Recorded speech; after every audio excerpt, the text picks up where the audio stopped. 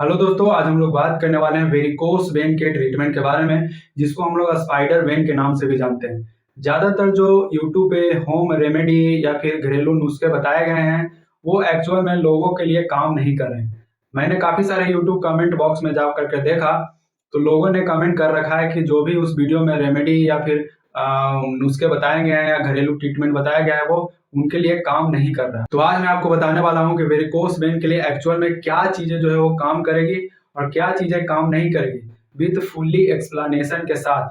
उससे पहले आप लोग को ये जानना है कि हम लोग का जो बॉडी है उसके अंदर वेनस सिस्टम कैसे काम करता है, वेन कैसे काम करता है, वेन में ऐसी क्या प्रॉब्लम हो जाती है जिसके चलते आपको वेरिकोस वेन या फिर स्पाइडर वेन की समस्या आपको देखने के लिए मिलता है। अगर आप इसको नहीं जानेंगे तो आपको आगे जो भी मैं ट्रीटमेंट आपको बताऊंगा वो आप कंफ्यूज होंगे, वहां पे समझ में नहीं आएगा, कई सारे आपको मन में सवाल आएगी ये चीजें कैसी हो रही है। तो इसको मैं थोड़ा सा आपको ओवरव्यू के नजरिए से मैं आपको यहाँ पे बता देता हूँ। तो हमारे बॉडी के अंदर जो है वो दो तरह के आपको जो है ब्लड वेसल देखने के लिए मिलेगा। एक को बोलते हैं हम लोग आर्टरी और एक को बोलते हैं हम लोग जो है वो वेन। तो सबसे पहले हम लोग समझते हैं कि आर्टरी सिस्टम क्या होता है, आर्टेरियल सिस्टम क्या होता है। आर्टरी का क्या क्या काम है, दोनों में ब्लड फ्लो दोनों में ही होता है, लेकिन आर्टरी का क्या काम है कि जब भी हमारा जो हार्ट जो है वो पंप करेगा तो पूरे बॉडी में जब ब्लड सर्कुलेट होता है तो वो आर्टरी के थ्रू ही होता है। आर्टरी जो है आगे चल के छोटी छोटी कैपिलरी में कन्वर्ट होगी और फिर वो सेल तक जो है वो ब्लड ले जाएगा। आर्टरी जो होता है वो उसमें ऑक्सीजनेटेड ब्लड फ्लो होता है, मतलब कि ऑक्सीजन उसमें रहेगा, न्यूट्रिएंट रहेगा, सब कुछ रहता है जो कि सेल को चाहिए होता है। तो सेल के पास ये ब्लड जाती है, ऑक्सीजनेटेड ब्लड, जो कि हार्ट पंप करता है। और जो वेनस सिस्टम की बात करें तो वेन क्या करता है कि जब सेल जो है वो या फिर ऑर्गन हमारा ब्लड को यूज कर लेता है तो वहां से वापस जो ब्लड आती है, खाली ब्लड, जिसमें कि डीऑक्सीजनेटेड ब्लड रहता है, मतलब कि उसमें ऑक्सीजन की संख्या बहुत ही कम रहती है और उसमें न्यूट्रिशन भी काफी मात्रा में कम रहता है। उसमें CO2 अदर भी जो भी टॉक्सिक चीजें हैं वो रहती है, तो वो बाहर बॉडी से निकलने के लिए ही वो ब्लड आती है। तो वो क्या होता है कि उसको कोई भी पंप नहीं करता, सेल के अंदर तो कोई पंपिंग मैकेनिज्म नहीं होता कि सेल पंप करेगा तो पूरा ब्लड जो है वो हार्ट की तरफ जो है चल जाएगा। तो इसको मूवमेंट करने के लिए हमारे बॉडी का जो मसल का मूवमेंट होना बहुत ही जरूरी है। अगर हम लोग के बॉडी के अंदर मसल का मूवमेंट नहीं होगा तो ये ब्लड फ्लो नहीं करेगी। मसल का मूवमेंट कहने का मतलब ये कि कॉन्ट्रेक्शन रिलैक्सेशन होना चाहिए। जो भी वेन है, वेन के आसपास जो भी मसल्स हैं उनका मूवमेंट होगा तभी जो है वो ब्लड आगे की ओर बढ़ेगा। और जो भी वेन है, वेन के अंदर आपको जो है छोटे छोटे वॉल्व्स नजर आएंगे, मतलब कि गेट की तरह रहता है। जब भी मसल जो है कॉन्ट्रैक्ट होगा तो ब्लड जो है ऊपर की ओर जाएगा और उसके बाद जो वॉल्व है वो क्लोज हो जाएगा ताकि ब्लड वापस से नीचे नहीं आए, क्योंकि ग्रेविटी जो उसको ब्लड को वापस नीचे खींच सकती है, जिसके चलते वॉल्व बनाया गया। जो भी हमारे लेग हैं, जो भी हमारे हार्ट से जो दूर दूर के ऑर्गन है या फिर जो पार्ट है, उसमें वॉल्व की संख्या आपको ज्यादा देखने के लिए मिलेगा, क्योंकि वहां पे ब्लड का फ्लो करने में ज्यादा जो है वो मेहनत करना पड़ता है बॉडी को। तो इस वजह से जो लोग का लाइफ सेडेंट्री लाइफ है या फिर उनके पैर का मूवमेंट नहीं है या फिर रनिंग नहीं कर रहे हैं, कोई भी एक्सरसाइज नहीं कर रहे हैं, तो उनमें ये चीजें ज्यादा देखने के लिए मिलता है। या फिर जो प्रेग्नेंट लेडीज है उनमें भी ये चीजें होती है, या फिर जिनको कॉन्स्टिपेशन या फिर जिनको बोल सकते हैं कि कब्ज की समस्या है, उनमें यह चीज होता है। क्यों होता है? क्योंकि जिन लोगों का कब्ज हो रखा है उनके ब्लड के अंदर क्या होता है कि बहुत प्रेशर पड़ता है कब्ज के कारण, या फिर उनका डाइजेस्टिव सिस्टम के अंदर जो स्टूल है वो अच्छे से बाहर नहीं निकल रहा है, जिसके चलते आसपास के जो भी ब्लड है उनमें प्रेशर पड़ने के कारण ब्लड वेसल जो है वो डायलेट हो जाता है, या फिर वो वेन के अंदर जो ब्लड का फ्लो है वो अच्छे से नहीं हो पाता है। तो उनमें भी ये चीजें देखने के लिए मिलता है। और हम लोग बात करें प्रेग्नेंट लेडीज में, तो प्रेग्नेंट लेडीज में ये 90% जो प्रेग्नेंट लेडीज होती हैं उनमें ये चीजें आपको देखने के लिए मिलेगा। देखो, वेरिकोस वेन जो है उसको हम लोग प्रॉब्लम कब बोलेंगे, प्रॉब्लम या फिर बीमारी, डिजीज, उसको हम लोग कब बोल सकते हैं? जैसे कि प्रेग्नेंट जो लेडीज होती हैं उनमें 95% प्रेग्नेंट लेडीज में आपको स्टेज 1 स्टेज 2 का जो है वो वेरिकोस वेन या फिर स्पाइडर वेन देखने के लिए मिल सकता है। क्यों? क्योंकि बेबी के कारण प्रेशर पड़ना या फिर प्रेगनेंसी के दौरान कॉन्स्टिपेशन भी होता है, या फिर हार्मोन, एस्ट्रोजन हार्मोन का कुछ यहाँ पे भी रोल होता है, जिसके चलते ये चीजें होता है। लेकिन जैसे ही प्रेगनेंसी सबसाइड होती है, प्रेगनेंसी कंप्लीट होती है, उसके बाद ये चीजें धीरे धीरे जो है वो सॉल्व होने लगता है। तो इसको हम लोग कोई डिजीज नहीं बोल सकते हैं, यह एक ऐसा कंडीशन के बाद जो है ये चीजें जनरेट हो रही है। इसको डिजीज हम लोग कब बोलेंगे कि जब आपका लेग में जो है वेरिकोस वेन हो रखा है, स्पाइडर वेन, और वहाँ पे क्या हो रहा है, उसके चलते आपके आसपास के एरिया में स्वेलिंग हो रहा है, सूजन हो रहा है और वो पेन कर रहा है, तो इसको हम लोग प्रॉब्लम बोल सकते हैं। इसको हम लोग थर्ड थर्ड कैटेगरी में हम लोग इसको जो है वो ऐड करते हैं। अगर इस फोर्थ कैटेगरी क्या होता है कि अगर वहाँ पे गैंग्रीन हो जाता है, मतलब कि जैसे कि ब्लड फ्लो जिस सेल के पास होना चाहिए उस सेल के पास या टिश्यू के पास ब्लड फ्लो नहीं होगा, तो उसके पास ऑक्सीजन नहीं मिलेगा, न्यूट्रिशन नहीं मिलेगा, तो वो सेल डेड करेंगे। डेड करने के बाद वो क्या होता है, ब्लैक हो जाता है, मरने लगता है, तो उसी एरिया को सड़ने लगता है, तो उसी एरिया को, उसी पार्ट को हम लोग बोलते हैं कि वहाँ पे गैंग्रीन हो गया है। तो वो चीज़ें सबसे जो है वो फोर्थ स्टेज में इसको हम लोग काउंट कर सकते हैं, या सबसे सीवियर केस है। इस केस में आपको जो है वो कोई भी होम रेमेडी या फिर कोई भी ट्रीटमेंट, नॉर्मल चीज़ें से चीज़ें ठीक नहीं होगी, इसमें जो है सर्जरी ही एकमात्र ऑप्शन है। अब हम लोग बात करते हैं ट्रीटमेंट के बारे में, तो चलिए डायरेक्ट ट्रीटमेंट पे हम लोग आते हैं। सबसे जो पहला एक जो है आपको मैं थेरेपी बताना चाहूँगा। इस थेरेपी को यूज करने से पहले अपने डॉक्टर से जो सलाह है वो जरूर लेना चाहिए आपको।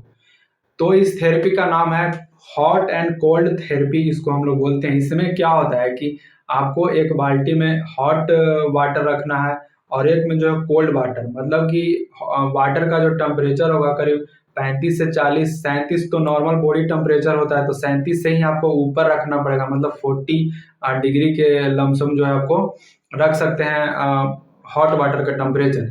कोल्ड की बात करूँ तो आप लोग जो है 19-20 डिग्री सेल्सियस तक आप लोग इसको रख सकते हैं। और आपको क्या करना है कि जिस लेग में आपको वेरिकोस वेन हो रखा है उस लेग को पहले हॉट वाटर में रखना है, फिर उसके बाद जो है वो कोल्ड वाटर में रखना है। ऐसा क्यों करने के लिए मैं बोल रहा हूँ, क्योंकि जो लोग एक्सरसाइज नहीं कर सकते हैं, जो लोग अपने पैर का मूवमेंट नहीं कर सकते हैं, उनके लिए क्या होगा कि जब भी हम लोग हॉट वाटर में पैर को रखेंगे तो हमारा जो मसल का मूवमेंट है या फिर जो वेन है वो क्या होगी, डायलेट होगी। और कोल्ड वाले में रखेंगे तो वहाँ क्या होगा, कॉन्ट्रेक्शन होगा, मतलब कि कॉन्ट्रेक्शन रिलैक्सेशन हो रहा है, तो वहाँ पे मसल का मूवमेंट या फिर जो वेन है उसका मूवमेंट हो रहा है, जिसके चलते जो है वो आपका वेरिकोस वेन की जो पेन की समस्या है वो थोड़ी बहुत रिलीफ हो सकती है।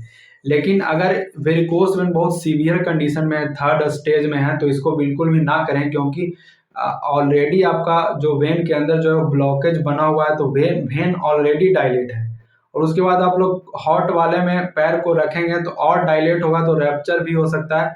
इसको आप लोग थर्ड, जिनको बहुत ज़्यादा समस्या है वो इस चीज़ को ना करें।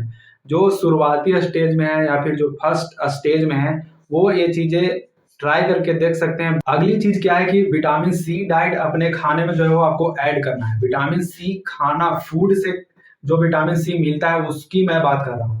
कई लोग यहाँ पे विटामिन सी का शॉर्टकट अपनाने लगते हैं, वो विटामिन सी सप्लीमेंट का यूज करने लगते हैं, जो कि बिल्कुल भी नहीं करना चाहिए। विटामिन सी का जो सप्लीमेंट है बाजार में मिलता है, उसको हम लोग बोल सकते हैं कि उसके अंदर ओनली अस्कॉर्बिक एसिड होता है, मतलब कि विटामिन सी का कुछ पार्ट रहता है उसके अंदर। जो हम लोग फूड खाते हैं उसके अंदर विटामिन सी का पूरा कॉम्प्लेक्स रहता है। विटामिन सी कॉम्प्लेक्स भरपूर मात्रा में, उसमें जितना चीज विटामिन सी के अंदर होना चाहिए वो चीजें रहती है। लेकिन जो मार्केट में आपको विटामिन सी मिलती है, सिंथेटिक विटामिन सी, उसमें ओनली विटामिन सी का कुछ पार्ट रहता है, पूरा आपको कॉम्प्लेक्स उसमें नहीं मिलेगा। तो विटामिन सी का क्या काम है कि विटामिन सी हमारे बॉडी में कोलेजन फाइबर को संख्या को बढ़ाने में हेल्प करता है, बनाने में हेल्प करती है। तो ये इससे क्या होगा कि जो हमारे वेन है, वेन का स्ट्रेंथ जो है वो मजबूत होगा, जो मसल है उसका जो स्ट्रेंथ है वो मजबूत होगा, जिसके चलते प्रॉपर जो है वो डायलेशन कम होगा आपके वेन का। अगली चीज क्या है कि आपको अपने लाइफ में जो है वो एक्सरसाइज इंक्लूड करना चाहिए। अपने पैर का, लेग का जो है आपको मूवमेंट जरूर इंक्लूड करना चाहिए। थोड़ा बहुत आप रनिंग कर लीजिए, वॉकिंग कर लीजिए, या कुछ भी आप होम में कुछ काम कर सकते हैं। जैसे कि गांव में आप देखते होंगे कि पहले के लोग सिलाई मशीन घर में ही खुद वर्क करती थी महिला, जिनके चलते पैर का जो मसल्स है हमेशा एक्टिव रहता था, तो जिसके चलते आपको किसी भी तरह का प्रॉब्लम ही नहीं होती थी फीमेल में। कई लोगों का क्वेश्चन होता है कि अगर हमने सर्जरी करवा लिया या फिर कोई प्रोसीजर करवा करके स्पाइडर वेन को ठीक कर लिया, फिर वेरिकोस वेन का सर्जरी करवाया, तो क्या दोबारा हमें वेरिकोस वेन हो सकती है कि नहीं? तो ज्यादा चांस है कि जिस जगह पे आपको वेरिकोस वेन था उसका तो ट्रीटमेंट हो गया, उस जगह पे होने की ज्यादा चांस तो नहीं है। लेकिन बॉडी में और भी सारे ऑर्गन है वहाँ पर भी वेन मौजूद होता है, तो उस जगह पर भी तो हो सकती है। अगर वहाँ के मसल एक्टिव नहीं है, वहाँ पर मूवमेंट नहीं हो रहा है, मसल का कॉन्ट्रेक्शन रिलैक्सेशन नहीं हो रहा है, तो ब्लड फ्लो नहीं होगा, या फिर उसके अंदर वॉल्व जो है वो खराब हो गया, वॉल्व जो है ठीक हो गया, या फिर ओपन नहीं हो रहा है, क्लोज नहीं हो रहा है वेन के अंदर जो वॉल्व है, जिसके चलते भी तो हो सकती है। अगली जो चीज मैं आपको बताने वाला हूँ, वेन के लिए या फिर पैरों में होने वाले वेन से रिलेटेड समस्या के लिए सबसे बेस्ट ऑप्शन इसको आप लोग मान सकते हैं, जो कि है रेड वाइन लीफ। इसको बोलते हैं क्या, रेड वाइन लीफ, जिसको लीफ मतलब हो गया पता, रेड वाइन एक ट्री होता है, उसका आप लोग जो लीफ यूज कर सकते हैं। इसका एक्सट्रैक्ट भी आपको मार्केट में या फिर ऑनलाइन कई सारे अच्छे ब्रांड के या फिर नेचुरल मिल जाएंगे, आप लोग उसको भी सेवन कर सकते हैं। लेकिन कितना सेवन करना है ये आप अपने डॉक्टर से पूछ सकते हैं, कितना डोज, हर एक आदमी के लिए अलग अलग ये डोज हो सकती है। और वैसे लोग जो गांव में या फिर वैसी जगह रहते हैं जहाँ पे ये पेड़ अच्छे से अवेलेबल है, तो वहां से आप इसका पत्ता का डायरेक्ट यूज कंज्यूम कर सकते हैं। इसको आप लोग हिंदी में हम लोग क्या बोलते हैं, ये आप गूगल में सर्च कर लीजिएगा इसका हिंदी नाम क्या है, तो इस हिसाब से आप इसको यूज कर सकते हैं। अब ये जो है आपको वेरिकोस वेन में तो हेल्प करेगा ही, इसके अलावा और कई सारे जो है वो प्रॉब्लम में ये हेल्प करता है। जैसे कि जिनका लीवर जो है इनलार्ज हो रखा है, फैटी लीवर हो रखा है, उनमें जो है वो ये चीजें प्रॉब्लम होता है। या फिर स्प्लीन जो है वो किसी का इनलार्ज हो रखा है, या फिर लेग में बहुत ज्यादा स्वेलिंग रहता है, या फिर कैपिलरी में बहुत ज्यादा थिकनेस हो गया है, तो ये सब चीजों को भी ये रिलीव करने के लिए जो है वो हेल्पफुल। नेजल कॉन्जेशन हो गया, नाक में किसी तरह का जो है कॉन्जेशन हो गया, तो वहां पर भी ये चीजें हेल्प करती है, तो आप इसको जो है वो ट्राई कर सकते हैं।